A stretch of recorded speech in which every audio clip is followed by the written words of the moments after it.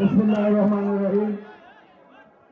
আজকে আসন্ন জাতীয় সংসদ নির্বাচন উপলক্ষে কিশোরগঞ্জ ৬ ভৈরব এই নির্বাচনী এলাকার দিনব্যাপী ধানের শীর্ষে নির্বাচনী প্রচারের শেষ প্রান্তে ৬০০ ইউনিয়নের আজকের এই ১ এবং ২ নং ওয়ার্ড কর্তৃক আয়োজিত এই উঠান বৈঠকের সম্মানিত সভাপতি, উপস্থিত আমাদের উপজেলা বিএনপি এবং ৬০০ ইউনিয়ন বিএনপি সম্মানিত নেতৃবৃন্দ, ১ নম্বর এবং ২ নম্বর ওয়ার্ডের সকল পর্যায়ের নেতাকর্মী ভাইয়েরা, উপস্থিত মা বোনেরা, মুরব্বিয়ান যুবক ভাইয়েরা, আসসালামু আলাইকুম। হিন্দু ভাই বোন থাকলে আদাব। প্রথমে আমি আপনাদের কাছে ক্ষমা চেয়ে নিচ্ছি। দীর্ঘ প্রায় ২ থেকে আড়াই ঘন্টা যাবৎ আপনারা অপেক্ষা করছেন। আমার বিভিন্ন কারণে বিভিন্ন জায়গায় দেরি হয়ে গেছে। ইলেকশনের সময় বুঝেনি তো, প্রত্যেকের আবদার রাখতে হয়, মন রক্ষা করতে হয়, এখানে নামতো এখানে নামতো, এর বাড়ি ওই বাড়ি, বিভিন্ন কারণে আমার দেরি হয়েছে, যেন খুবই দুঃখিত আমি।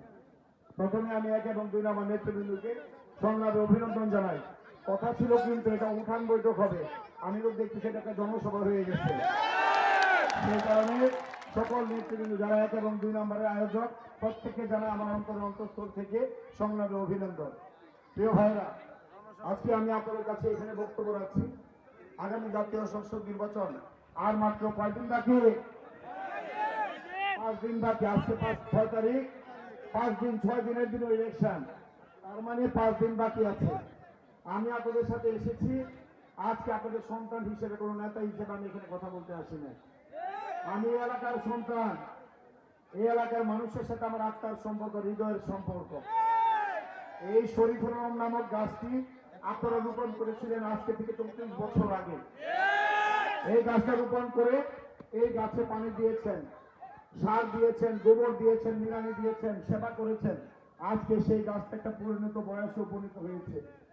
আজকে আগামী 12 তারিখের নির্বাচনে আল্লাহ যদি চায়, আপনারা যদি ভোট দেন, এই গাছটা একটা বাংলাদেশের ইতিহাসে ভৈরব কুলিয়ারচর একটা নতুন অধ্যায়ের সূচনা হবে এই কুলিয়ারচরের সন্তান হিসাবে। আপনারা কি চান যে কুলিয়ারচরের সন্তান হিসেবে আরেকটা নতুন অধ্যায় সূচনা হোক? ইনশাআল্লাহ, আল্লাহ যদি সহায় থাকে, আমরা সবাই মিলে আমরা কুলিয়ারচরের সন্তান হিসেবে আগামী দিনে এই ভোট, এই যে ইলেকশন, এটা আমার ইলেকশন না, এই নমিনেশন কুলিয়ারচর প্রতিটা মানুষের নমিনেশন, এই নমিনেশন কুলিয়ারচরের মাটির নমিনেশন, দলমত নির্বিশেষে প্রত্যেকটা মানুষের এই ইলেকশন আগামী 12 তারিখে। তাই আমি আপনাদেরকে বলতে চাই, এখানে অনেক মা বোনেরা আছেন, অনেক মুরব্বীরা, যুবক ভাইয়েরা আছেন। সত্যি আমি আপনাদের কাছে কৃতজ্ঞ ঋণী।